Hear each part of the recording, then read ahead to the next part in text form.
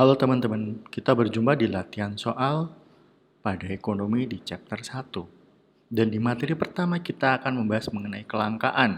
Nah, mengenal kata kelangkaan dari kata dasar langka. Langka sendiri apa sih? Langka sendiri yang pertama adalah satu hal yang susah ditemukan. Kemudian yang kedua apalagi? Jarang ditemukan. Kemudian yang ketiga, susah didapatkan. Jadi semua yang berhubungan dengan sulitnya dalam mencari satu benda atau barang bisa kita kaitkan dengan kelangkaan. Oke, di soal pertama. Nah, teman-teman, saya beri clue sedikit ya, bahwa soal yang dibahas di pembahasan latihan soal maupun yang ada dalam uji pemahaman. Nah, di pembahasan latihan soal itu kemungkinan besar dia akan keluar di uji pemahaman dan kemungkinan besar juga akan keluar di ujian sekolah. Jadi teman-teman bisa berfokus di video-video yang membahas mengenai soal-soal ini teman-teman yang ada di LMS ya. Oke, di soal pertama ini kita melihat ada beberapa pernyataan mengenai faktor penyebab kelangkaan. Nah, kita breakdown satu-satu atau kita pretelin satu-satu nih. Yang pertama tenaga ahli kurang, so pasti kalau tenaganya kurang, produksinya gimana? Otomatis produksinya nggak maksimal, bener ya? Sumber daya alam melimpah, enggak. Sumber daya terbatas teman-teman. Entah itu sumber daya manusia ataupun sumber daya alam terbatas. Penguasaan iptek rendah, jelas ini berpengaruh banget sama kelangkaan. Why? Ketika teknologi produksinya itu jadul atau tidak meningkat, pasti yang namanya produksi itu tidak maksimal. Otomatis terjadi yang namanya kelangkaan. Kemudian keempat, kebutuhan manusia terbatas. No. Kebutuhan manusia itu tidak terbatas. So ini salah. Oke teman-teman.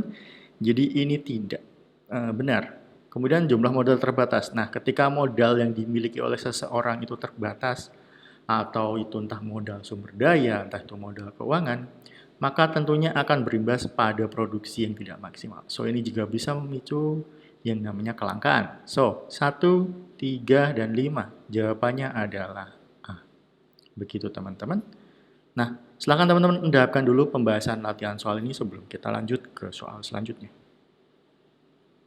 Kemudian di soal nomor 20, nah di sini terdapat statement sumber daya yang tersedia dalam memenuhi manusia. Nah, ingat ya, sumber daya alam yang dimiliki manusia itu memiliki beberapa sifat dan di sini sifatnya ada yang tidak sesuai. Tetap enggak. Sumber daya alam itu dapat berkurang sewaktu-waktu ketika tidak pas, tidak bisa diperbarui gitu. Tersedia enggak. Dia sifatnya tidak terlalu tersedia, berkesinambungan atau dapat diperbarui atau sustainable ya. Enggak, ini juga enggak. Semua material yang langka itu tidak bisa berkesinambungan atau tidak bisa diperbarui. Terbatas. Nah, ini make sense. Kita centang dulu, terjangkau enggak. Ketika langka, barang akan menjadi mahal, jadi nggak mungkin ada kata terjangkau. So, dari sini jawabannya yang pasti adalah D. Oke, dari sini teman-teman silahkan endapkan dulu sembari melihat pembahasan soal di nomor 20 sebelum kita lanjut. Oke, di soal nomor 18, nih, ada soal cerita dengan case nyata. Ada terjadi letusan Gunung Merapi di wilayah Jawa Tengah dan DIY. Nah, kalau teman-teman kemarin dengar di berita itu ada Gunung Merapi juga yang meletus ya. Tapi itu Gunung Merapi yang ada di Sumatera ya. Kalau ini yang di Jawa Tengah case-nya. Nah, sehingga kedua daerah tersebut kelangkaan dalam bentuk sayur-sayuran. Nah, apa yang dapat diatasi apa sih? Kalau kita lihat ada sayur-sayuran langka karena gunung meletus, yang pertama itu ada memberikan subsidi untuk petani sayur. Kita titik dulu, karena kita ragu-ragu misal kayak gitu. Nah, saya berikan sedikit tips untuk teman-teman. Kalau ada soal seperti ini, teman-teman bisa screening dari atas ke bawah, jadi gini. Kemudian kalau udah mantep lagi dari bawah ke atas. Jadi nanti akan ketemu soal yang paling benar. Nah, gitu. Kita titik dulu. Nah, memotivasi petani untuk menanam sayuran. Nah, namanya petani ketika ada musibah tidak perlu dimotivasi teman-teman. Ketika dia sudah tahu pekerjaannya, dia pasti akan menanam sayuran. Kita bisa coret ini. Nah, ini enggak. Kemudian mengurangi konsumsi sayuran, enggak. Kita tidak bisa mengatur orang untuk konsumsi. Membuka lahan pertanian baru. Nah, pertanyaannya, di Jawa dengan jumlah lahan yang terbatas, apakah bisa membuka lahan pertanian baru? Tentu saja tidak. Kemudian mendatangkan sayuran dari daerah lain. Ini bisa jadi, tapi kenapa tidak mungkin? Karena di daerah lain juga butuh sayur. Misal kita datangkan sayuran dari Jawa Barat atau dari Jawa Timur. Jawa Barat mungkin daerah Bandung, Lembang, atau Puncak gitu ya. Kalau dari Jawa Timur mungkin dari daerah Malang, Bromo, dan sekitarnya. Tapi di daerah sekitarnya pun juga tentu butuh. Ada marketnya sendiri. So pasti kebutuhan tidak seimbang. Dari sini kita naik lagi. Semua jawaban kita coret kecuali yang A. Berarti jawaban yang make sense atau paling masuk akal atau yang possible adalah yang A. Jadi jawaban nomor 18 adalah A. Gitu. Baik, seperti itu teman-teman silahkan diendapkan dan teman-teman bisa sambil melihat pembahasan soal di nomor 18. Kemudian kita lanjut di permasalahan ekonomi. Nah, permasalahan kita lihat dari sini, berasal dari kata masalah. Berarti segala sesuatu yang menyebabkan ekonomi tidak tumbuh itu disebut sebagai masalah, teman-teman. Nah, di sini kita lihat Upin memiliki penghasilan 3,5. Rumus 1, 2, 3, 4. Nah, di rumus 1, 2, 3, 4 itu teman-teman nanti bisa melihat 10% 1, 20% dari 2, 30% dari 3, 40% dari 4. Nah, dari angka ini. Nah, gimana biar jelasnya? Kita lihat di slide selanjutnya. Jadi teman-teman 10% untuk lifestyle, gaya hidup ya. Misal teman-teman mau beli jam tangan, mau makan yang enak sesekali, mau nonton film di bioskop gitu, bisa diambil dari sini. Kemudian ini investasi atau tabungan atau mungkin dana simpanan yang intinya itu untuk saving kita masuk di poin ini.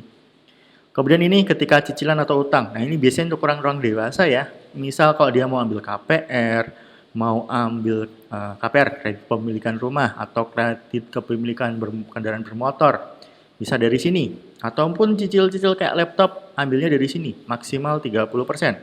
Kemudian kebutuhan pokok bisa dialokasikan 40%. Nah, oke, 40%. Dari soal ini tadi kita lihat dana kebutuhan hidup, berarti dia dana pokok. Berarti dari situ teman-teman bisa dilihat 3,5 kali 40 adalah 1.400.000. Jadi jawaban yang tepat di sini adalah E, teman-teman. Baik, teman-teman silahkan endapkan dulu dan pembahasan ini juga saya masukkan di latihan soal dan di materi gitu teman-teman. Oke, kita masuk di soal nomor 14. Nah, di soal nomor 14 ini membahas tentang apa sih? Berdasarkan pernyataan yang merupakan pokok masalah ekonomi modern. Yang mana sih? Yang 14. Nah, kita pretelin satu-satu teman-teman.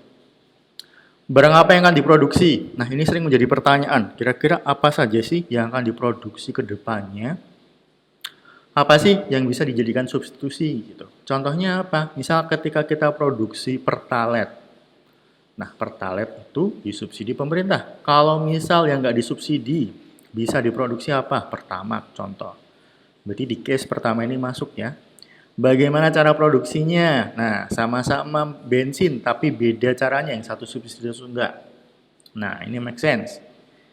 Kemudian selanjutnya, barang apa yang akan dikonsumsi? Enggak, barang apa yang konsumsi itu bukan lagi dari urusan produsen ya. Tapi konsumen sudah menentukan. Jadi ini tidak masuk teman-teman. Kemudian 4, bagaimana cara konsumsi? Jelas tidak. Konsumen tidak perlu diajarin. Jadi konsumen itu sudah tahu apa yang diproduksi, produsen tidak bisa mengatur dan bagaimana cara konsumsi, so pasti itu tidak perlu diajari. Kemudian dari 5, barang untuk siapa barang diproduksi. Nah, kembali tadi ke case.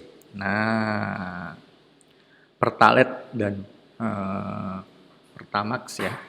Jadi segmennya beda. Kalau pertalite itu lebih ke masyarakat menengah ke bawah mungkin ya, atau mungkin yang kurang mampu karena mendapatkan subsidi. Sementara orang kalau udah pendapatan yang menengah ke atas, udah merasa mampu, harusnya beli pertamax.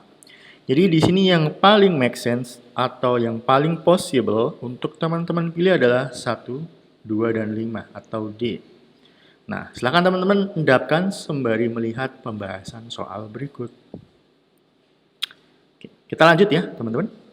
Di soal nomor 19.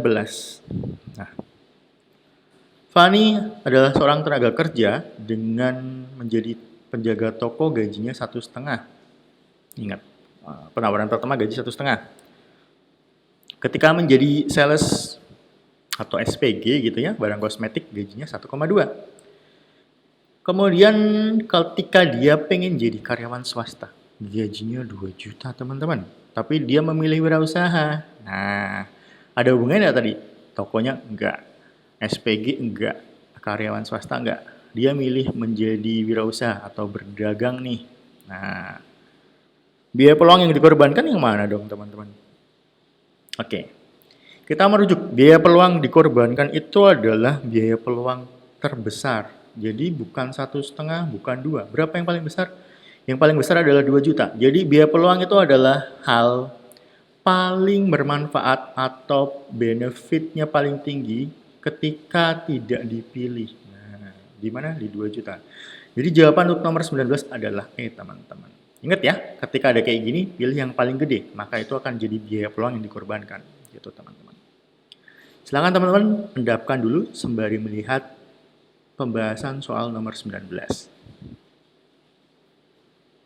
Oke, kita lanjut di sistem perekonomian. Nah, di soal nomor 6 ini dibahas salah satu dampak positif sistem demokrasi ekonomi. Ingat ya, demokrasi. Ketika demokrasi ini menyinggung sedikit PKN. Yang pertama apa sih? Asasnya satu, dari rakyat.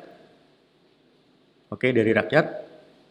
Kemudian untuk dari rakyat, oleh rakyat, dan ketiga adalah untuk rakyat gitu. Nah, ada 3 asas di sini. Nah, kalau ekonomi terus gimana? Nah, ketika demokrasi itu berbeda dengan liberal ya. Liberal itu berarti bebas sebebas-bebasnya. Kalau demokrasi itu bebas tapi masih ada aturan. Ingat, karena dari rakyat, oleh rakyat, dan untuk rakyat. Jadi ketika kebebasan itu melanggar atau melukai atau tidak sesuai dengan kebutuhan rakyat, maka itu tidak bisa diteruskan. Itu demokrasi. Kalau liberal itu bebas sebebas-bebasnya. Beda dengan komunis. Kalau komunis semua faktor produksi atau semua yang berhubungan dengan kemakmuran itu milik negara. Masyarakat atau rakyat tidak boleh. Di demokrasi ini yang mencerminkan yang mana sih? Yang pertama, hak milik diakui negara. Oke, kita titik dulu ya kalau ragu-ragu. Misal, kemudian berkembangnya sistem etatisme atau penggolongan. Ingat ya, kalau kita belajar revolusi Prancis kemarin ada the Staat. Nah, itu enggak berarti. Kemudian monopoli ekonomi oleh pemerintah, enggak. Ini komunis teman-teman. Jadi ini enggak. Kemudian pemusatan kekuatan ekonomi pada satu kelompok. Ini lebih ke komunis juga. Jadi ini enggak. Kemudian pemerintah bebas mengatur produksi rakyat. Ini juga prinsip-prinsip komunisme. Jadi ini enggak. Jadi ingat ya, kita scan dari atas ke bawah, kemudian bawah ke atas. Nah, jawaban yang paling make sense apa? Atau yang paling possible? A. Baik, teman-teman silahkan endapkan sembari melihat pembahasan soal nomor 6. Kemudian di soal terakhir, soal ke-13. Nah, berikut kebaikan dan kelemahan sistem ekonomi. Nah, kebaikan pasar terurai ada di poin mana sih? Nah, pasar terurai itu beda dengan jenis pasar yang sifatnya monopolistik gitu, atau pasar yang di dalamnya itu monoton. Jadi pasar terurai itu pasar yang kayak gimana sih?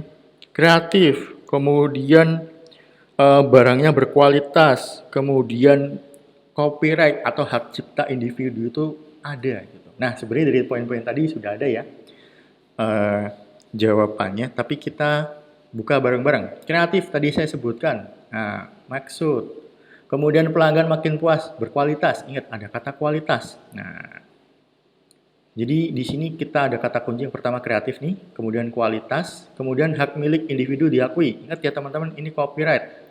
Jadi untuk di soal ini poinnya di mana? Di kreatif, di kualitas, dan diakui. Ingat ya, ini kreatif. Nah, kemudian persaingan semakin lebar antara kaya dan miskin. Enggak.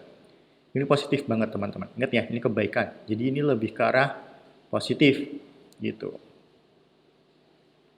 Oke, kecenderungan adanya kebebasan menyebabkan muncul monopoli. Enggak, ini negatif juga. Ingat ya, ketika ini yang diminta positif, berarti semua harus positif. Ini negatif, negatif. Ini positif, dan ini adalah positif. Jadi jawabannya adalah 1, 2, dan 3. Maka jawaban dari soal ke-13 ini adalah ada di poin A. Begitu. Oke, silahkan teman-teman endapkan sembari melihat pembahasan soal nomor 13 ini.